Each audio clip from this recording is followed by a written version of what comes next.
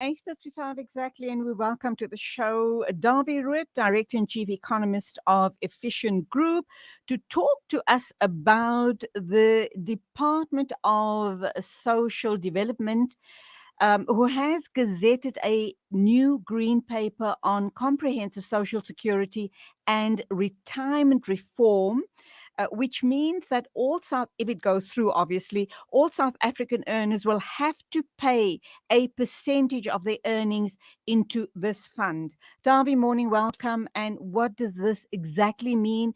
It's a green paper at this point in time. How does it move forward? And if it does move forward, if it does get gazetted, what does it mean to you and I, the taxpayers of South Africa? Good morning to you. Thank you very much. I think it's important, first of all, to understand that this is a so-called green paper. Yeah. And a green paper is the first step in the process to change legislation eventually. And usually what happens is that the green paper is discussed by Cabinet, and Cabinet sort of gives its approval to this green paper before it's published. And apparently, the way I understand, this has not been the case. So this is let's call it a watered down green paper. So it's a long way still to go before anything is going to change.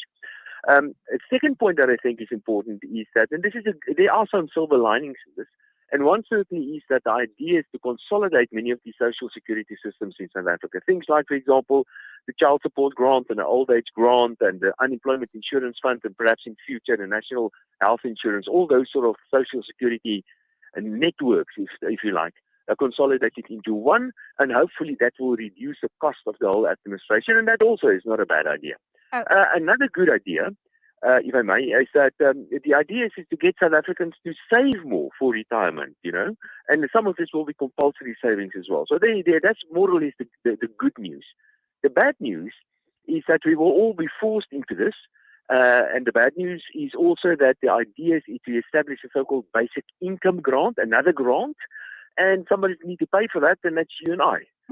They'll need to pay for that. And the suggestion is that as much as 12% of our income will have to be paid into this new fund. It will be under control of politicians, and I've got a suspicion that this super fund will be used eventually for certain investments, and as we know the efficiency of the ANC government, what has been the track record up to now. So that in a nutshell is what the proposals are. Okay, so even though it's in green paper format right now, Corsair has come out very strongly against it. They are obviously not happy, even though you have outlined the pros and cons around this. Do you think that if it does get legislated, that they might have very, very strong objections? And would they be strong enough to then have this green paper totally cancelled, not let it get legislated?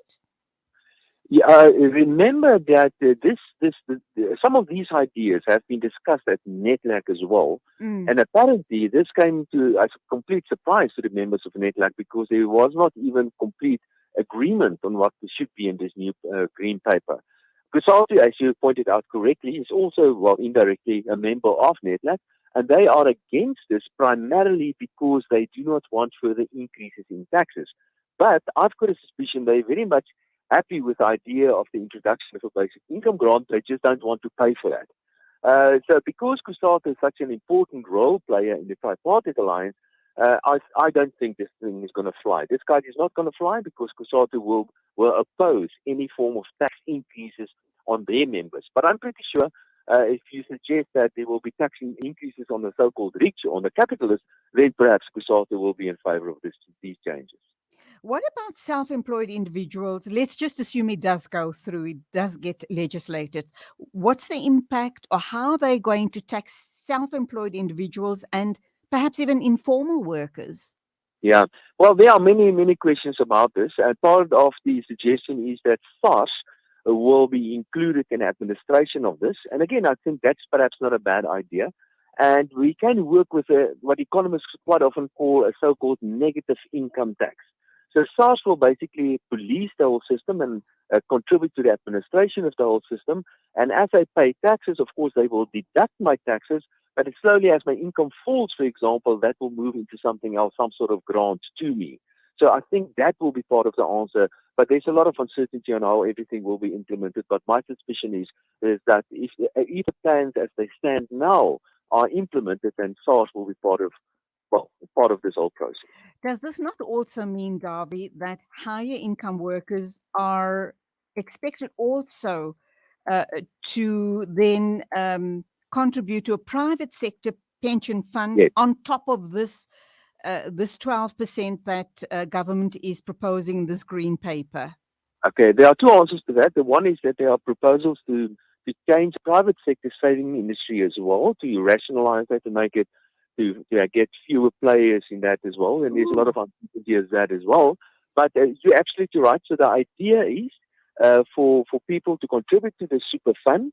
And if you want more savings for retirement, you have to, on top of all of that, you have to contribute to a private sector saving fund as well. So that is the idea as it stands at the moment. And finally, what sort of income band are we looking at? You know, who would qualify to be part of this additional 12% government pension fund? Are there... Yeah.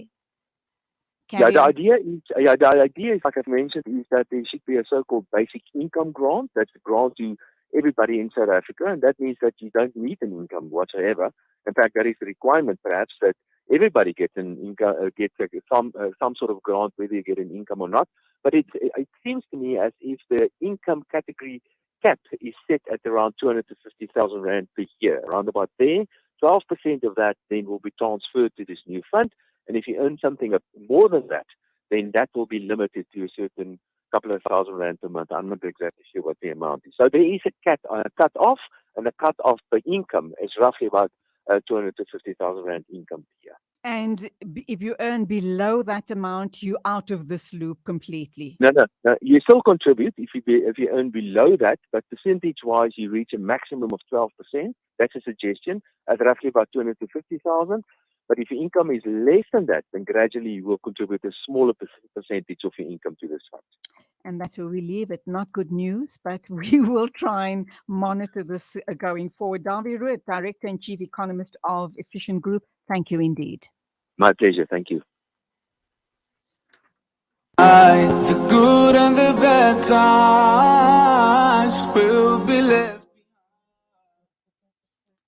All will come under scrutiny. The Commission will also investigate underlying reasons that contributed to the unrest,